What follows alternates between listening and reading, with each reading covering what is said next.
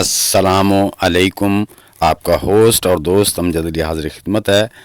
اگر آپ home garden کا شوق رکھتے ہیں اور گارڈننگ کرنا چاہتے ہیں لیکن گارڈن کے بارے میں معلومات نہیں رکھتے، یا پھر آپ گارڈن تو کر رہے ہیں مگر سکسیسفل نہیں، تو مایوس نہ ہوں۔ آپ نے ان 10 ٹپس یعنی 10 باتوں کو ذہن میں رکھتے ہوئے اور عمل کرتے ہوئے ایک تجربہ کار گارڈنر بن سکتے ہیں۔ چلو ویڈیو شروع کرتے ہیں۔ بسم اللہ الرحمن الرحیم۔ نمبر 1، دوستو آپ جہاں بھی گارڈن کر رہے ہیں، صحن میں کر رہے ہیں، ٹیرس میں کر رہے ہیں، یا اپنے گھر کی چھت پہ کر رہے ہیں، تو ایسی جگہ آپ کو گارڈننگ کرنی ہے جہاں پر آپ اس پہ اپنے گارڈن پہ نظر رکھ سکیں، اس کی دیکھ بھال کر سکیں، اور آپ کی ہر وقت اس پہ نظر ہونی چاہیے، جس سے آپ اپنے گارڈن کی اچھی دیکھ بھال کر سکتے ہیں۔ تو آپ نے گارڈن کا لگانے سے پہلے ایسی ہی جگہ کا انتخاب کرنا ہے کہ جو آپ کی اپروچ میں ہو، جس پہ آپ اچھی طرح دھیان دے سکیں۔ جب آپ پہلی دفعہ اپنی گارڈننگ یا باغ لگانا چاہتے ہیں تو یہ آپ نے انتخاب کرنا ہے کہ جہاں پہ آپ کے گارڈن میں سارا دن کی دھوپ ہو، اور کم از کم 6 سے 8 گھنٹے کی دھوپ کی روشنی لازمی ہونی چاہیے۔ اگر آپ کا یہ اندازہ غلط ہوا تو آپ کو اس سے نقصان بھی ہو سکتا ہے، کیونکہ پودے روشنی میں، سورج کی سن لائٹ میں ہی صحیح طریقے سے نشو و نما پاتے ہیں۔ تو کم از کم 6 سے 8 گھنٹے کی روشنی ہونا ضروری ہے، جہاں پہ سبزیاں، پھل اور پھول والے پودے کے لیے یہ سن لائٹ بہت ضروری ہوتی ہے۔ آپ نے دوستو جہاں بھی گارڈن کرنی ہے، پودے لگانے ہیں، وہاں سے پانی کا نل بالکل قریب ہونا چاہیے، تاکہ آپ کو پودوں میں پانی لگانے کے لیے بہت آسانی ہو۔ اور بعض دفعہ دور نل کی وجہ سے سستی ہو جاتی ہے اور پودوں کو ہم ٹائم سے پانی نہیں دے پاتے، اس لیے پانی کا نل بالکل پودوں کے قریب ہونا چاہیے۔ نمبر 4، گارڈن کے لیے مٹی کا انتخاب کرنا۔ دوستو اس طرح کی چکنی مٹی بالکل بھی نہیں ہونی چاہیے جو کہ جل کی طرح بن جائے۔ آپ نے جو گارڈن کے لیے سوائل کا انتخاب کرنا ہے تو بھالو مٹی کا کرنا ہے، جو ویل ڈرین ہونے کے ساتھ ساتھ زرخیز بھی ہونی چاہیے۔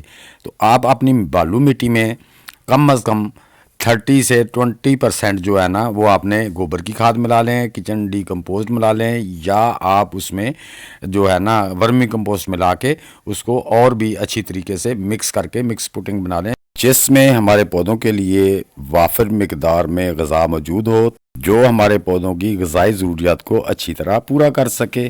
اگر آپ صحن کی زمین میں گارڈننگ کرنا چاہتے ہیں تو آپ اس زمین کو اوپر سے 6 سے 8 انچ گوڈی کر کے نرم کر لیں اور اس کو ہموار کر لیں۔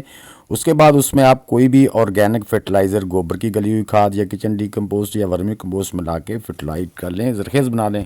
اگر آپ گملوں میں سبزیاں لگانا چاہتے ہیں تو پودے کے حساب سے گملے کا انتخاب کریں۔ ہمیشہ سبزی یا کوئی بھی پودا لگاتے وقت اس کے حساب سے گملہ تیار کریں، تاکہ ہمارا پودا اس میں اچھی طرح سے نشو و نما پا سکے۔ اگر ہم پھلدار سبزیاں لگا رہے ہیں تو ان کا گملہ بڑے سائز کا ہونا چاہیے، کم از کم 15 انچ سے بڑا۔ جتنا بڑا ہوگا اتنا ہی آپ کا پودا ہیلدی اور اچھی طرح سروائیو کرے گا اور اچھا فروٹ دے گا۔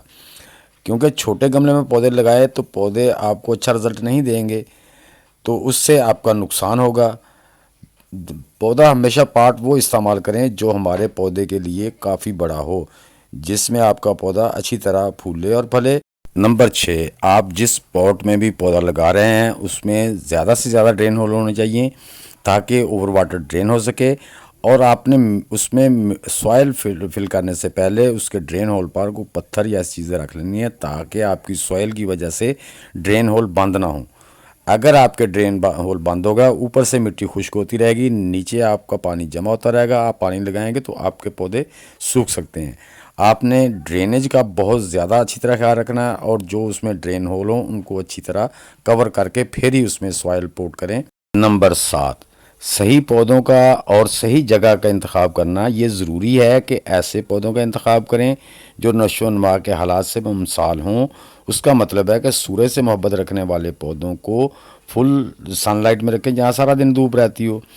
گرم آب و ہوا میں گرمی کو برداشت کرنے والے پودوں کا انتخاب، جیسا کہ کدو، کریلا وغیرہ، خربوزہ، جسے زمین پر چلنے یعنی کہ بیل والی سبزیاں کہتے ہیں۔ بیلوں کو چڑھانے کے لیے ٹیرس یعنی لکڑی یا رسی کا جال لگانا، یا پھلدار پودوں کو سٹک کا سہارا دینا، جس سے آپ کے پودے زمین پہ نہ لٹیں اور پودوں کا پھل جو ہے نا وہ خراب نہ ہو۔